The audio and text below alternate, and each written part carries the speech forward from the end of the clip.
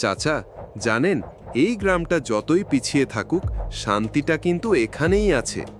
হ্যাঁ বাবা, গ্রামের বাতাসেই এক ধরনের শান্তি আছে। সকালে পাখির ডাক, খোলা মাঠে হাঁটার আনন্দ, এসব শহরে কই পাবি? ঠিক বলছেন। তবে চাচা, গ্রামের আবার অনেক কষ্টও আছে। কাজের অভাব, ঠিকমতো রাস্তাঘাট নাই, হাসপাতালে গেলে ডাক্তার মেলে না। এইটা তো সত্যি। আবার শহরের দিকে যাইলে কাজ আছে কিন্তু শান্তি নাই, মানুষ ব্যস্ত, সময় নাই কারো জন্যে। আমার মনে হয় চাচা, গ্রামের এই সরল মানুষগুলা আর জমির ফসলই আমাদের আসল শক্তি। তবে যদি সরকার একটু দেখাশোনা করত, গ্রামের জীবন আরও ভালো হইতো। বাবা, তুই ঠিকই কইছস। ভালো মন্দ মিলিয়েই তো জীবন। গ্রামে যেমন অভাব আছে, তেমনি সুখও আছে। সুখটা হচ্ছে মানুষ এখনো একে অপরের খবর রাখে। এইটা একদম ঠিক। শহরে মানুষ পাশাপাশি থাকে, কিন্তু মন মানসিকতায় সবাই আলাদা।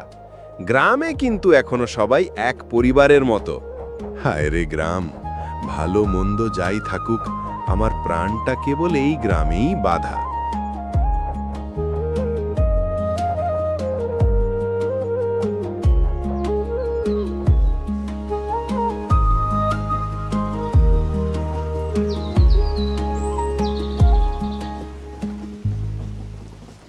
দেখলাম না ৩-৪ দিন। কোথায় গেছিলেন চাচা? আর বলিস না বাপু, শহরে গেছিলাম মেয়ের বাসায়। নাতি দুইটার মুখ দেখিনি কত দিন, তাই মেয়েটা আমার মেলা দিন ধইরা যাইতে বলতাছিল। মেয়ের বাসার থাইকা আসার সময় স্টেশনে দেখা রহমতের সাথে।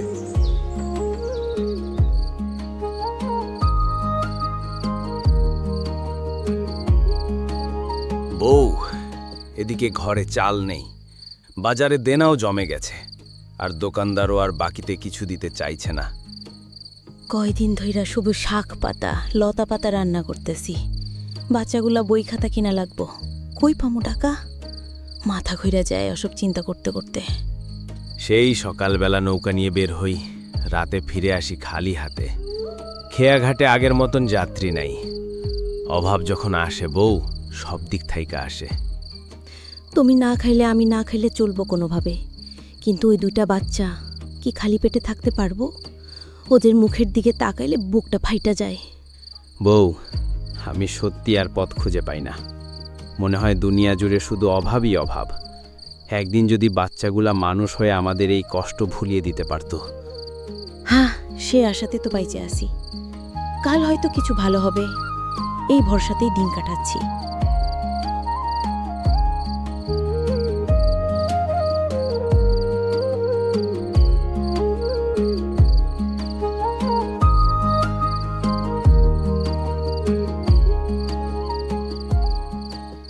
গফুর, শুনেছি তোমাদের দাদার আমলে অনেক সম্পদ ছিল। হ্যাঁ মশাই, দাদার সময়ে জমি জমা, ধান চাল, গরু ছাগল কিছুই কম ছিল না। কিন্তু এক ভয়ঙ্কর বন্যায় সব নদীতে ভেঙে গেল। চোখের সামনে জমি ঘর সব গিলল নদী। আহারে, এত ধনসম্পদ একদিনে ভেসে গেল। তাই তো। সেই ধাক্কায় আমরা একেবারে নিঃস্ব হয়ে গেলাম। আজকে এই চায়ের দোকানে বসে সাধারণ কাপড় পরে চা খাই, কিন্তু তাতেও আমার দুঃখ নাই। কেন গফুর? এত কষ্টের মাঝেও কষ্ট লাগছে না তোমার? না মশাই, এখন যা আছে তা নিয়েই আমি আল্লাহর কাছে শুকরিয়া আদায় করি। দুনিয়ার ধন সম্পদ কতটা টেকসই। নদী যেমন কাড়িয়া নেয়, তেমনি আল্লাহ চাইলে ফিরিয়েও দিতে পারেন। তোমার এই তৃপ্তির কথাই আজকের দিনে সবচেয়ে বড় সম্পদ গফুর।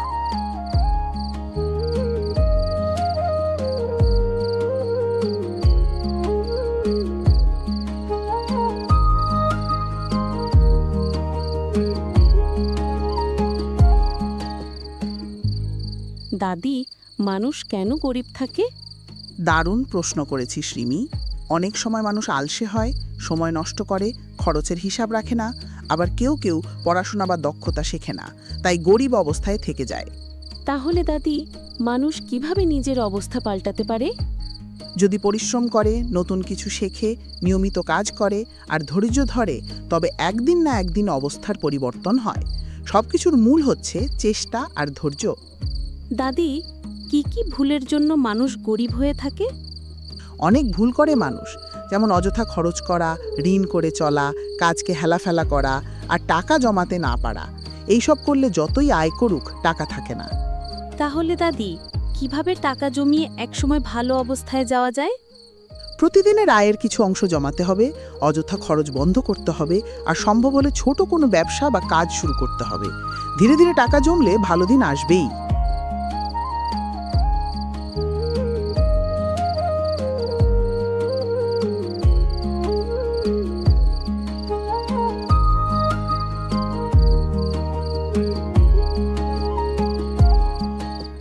মাগো, ও মা, কাইল আমার স্কুলের পরীক্ষার ফিস দেওয়ার লাস্ট দিন।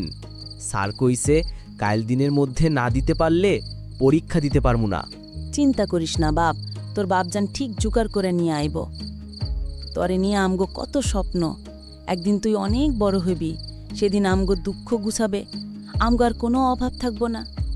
তোর বাপজান মাথার গাম পায়ে ফেলে 2 পয়সা রোজগার করে, তার ওর দিকটা তোর পিছনেই খরচ হয়। বড় হয়ে আমগরে ভুইলা যাবি না তো? একদিন আমি অনেক টাকা কামাই করমু, আমাগো গায়ের জমিদার দাদুর মতো একটা বাড়ি বানামো। আচ্ছা মা, কি কালার বাড়ি তোমার পছন্দ? শোন বাপ, মন দিয়া লেখাপড়া করবি, মানুষের মতো মানুষ হবি। শুধু আমাগো না, এই পুরা গাঁয়ের মানুষের পাশে দাঁড়াবি। আমরা তো 3 বেলা ঠিক মতো খাইতে পারি না। সকালে পান্তা ভাতের সাথে মরিচ ডইলা লবণ মিশায়া খাই, দুপুরে ভাতের মার, আর রাইতে ডাল ভাত। একদিন আমগো এই কষ্ট থাকবো না, আর সেই সুখের স্বপ্ন আমরা তোরেই নিয়ে দেখি বাবা। মা, আমাগো স্যার একখান কথা কইছে সেদিন, পরিশ্রমে জলে আলো, অটল মনে মেলে জয়, চেষ্টা যদি থাকে অটুট, অসম্ভব সম্ভব হয়।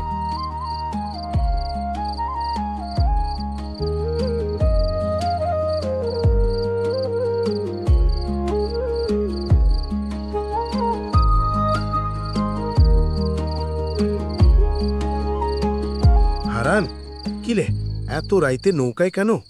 চাচা, আজকে সারা দিনে কামাইছি মাত্র 65 টাকা। কালকে পোলার স্কুলে পরীক্ষার ফিস দেওয়ার লাস্ট দিন, মনটা ভালা না। কি রে বাপ, আমরা কি মইরা গেছি? তোর এই চাচা বাইচা আছে তো নাকি? কত টাকা লাগবো রে নাতির স্কুলে? 120 টাকা চাচা। স্কুলের স্যার নাকি কইছে কাইল দিনের মধ্যে পরীক্ষার ফিস জমা না দিলে পরীক্ষা দিতে দিব না। এখন আমি না জিগাইলে তো জানতামই না তোর এই অবস্থা। আর ওই গুণধর স্যারের নাম কি রে? যতটুকু শুনলাম করিম স্যার নাম, খুব নাকি কড়া স্যার। যেই শিক্ষক আমাদের শিখায় পরোপকার করা, সেই শিক্ষক যদি হয় এইরকম নির্দয় নিষ্ঠুর, তাহলে বাচ্চারা কি শিখবে তার কাছে?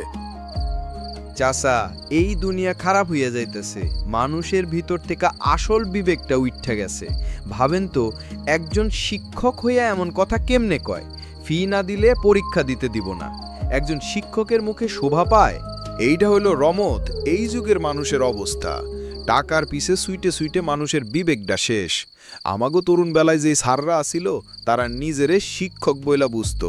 তারা পয়সার জন্য পড়াইতো না, পড়াইতো মন থেকে। একদম সত্যি কইছেন চাচা, আগের দিনের সার্গো কথা মনে পড়লে বুকটা ভইরা যায়। তারা আসিলে গুণী মানুষ। স্যাররা ক্লাসে দাঁড়াইয়া যেভাবে বুঝাইতো, আলাবা গাইড কিনতে হইতো না, বাড়িতে লজিম মাস্টারও রাখবার দরকার পড়তো না। হরে, একেবারে সত্যি। আমরা স্কুল থেকে এসে হোমওয়ার্ক করতাম, বই পড়তাম, আর ওইটাতেই সব হইতো। এখনকার মতো আলাদা আলাদা টিউশন, কোচিং কিছুই দরকার পড়তো না। চাচা, এখন দেখেন প্রত্যেকটা স্যার নিজের নিজের কোচিং সেন্টার খুইলা বইছে। স্কুলে কলেজে ঠিক মতো না পড়াইয়া কয় আমার কোচিংয়ে ভর্তি হও, তা না হইলে ভালো করে পড়া হইব না, পরীক্ষায় পাশ করবার পারবা না। এগুলা শিক্ষক নামের কলঙ্ক। হ রমত, এইটা তো সরাসরি অন্যায়। ছাত্রছাত্রীকে জিম্মি বানাই ফেলছে। গরিবের বাচ্চাকে কি দোষ? টাকা নাই বইলা সে কি পড়াশোনা করবার সুযোগ পাইব না? বিষয়টা কত বড় লজ্জার ভাবুন তো চাচা। আগের দিনের স্যাররা সোনার মানুষ আছিল, আর এই যুগের অনেকে সোনার নাম কইরা টাকার ব্যবসা করছে। ঠিক কইছিস রে, মানুষের ভিতরে বিবেক থাকলে এটা হইতো না। আগের দিনের স্যাররা শুধু পড়াইতো না, ছাত্রকে মানুষ বানাইতে চাইতো। আর এখনকার শিক্ষকরা স্কুল কলেজরে মনে করে নিজেকে ব্যবসা প্রতিষ্ঠান। এর লেগে এখন শিক্ষক আর ছাত্র একলগে বইসা বিড়ি টানে। আমরা শিক্ষকদের এখনো দেখলে সালাম দেই, ভদ্রতার সাথে কথা কই। বাবা মার পরে যদি কারো স্থান থাকে সেটা শিক্ষক। আসলে বর্তমানে যারা শিক্ষক হইতেছে তাদের শিক্ষকরাও ছিল এইরকম। 10 কথার এক কথা হইল নিজেরে পরিবর্তন করো, সমাজ বদলে যাবে। চাচা আপনাকে ভিডিওর ব্যাকগ্রাউন্ডগুলো খুব ভালো লাগে, কই পামু? আমাগো মতো হাই কোয়ালিটির ব্যাকগ্রাউন্ড ইমেজ পাইতে হইলে গুগলে যায়া সার্চ করবা cartoonbackground.com লিখা, তাইলেই পাইয়া যাইবা। এখন তোমার দোকান বন্ধ করো রমজান মিয়া, আর হারান তুই আমার লগে চল, তোর পোলার স্কুলের টাকাটা নিয়ে যাবি।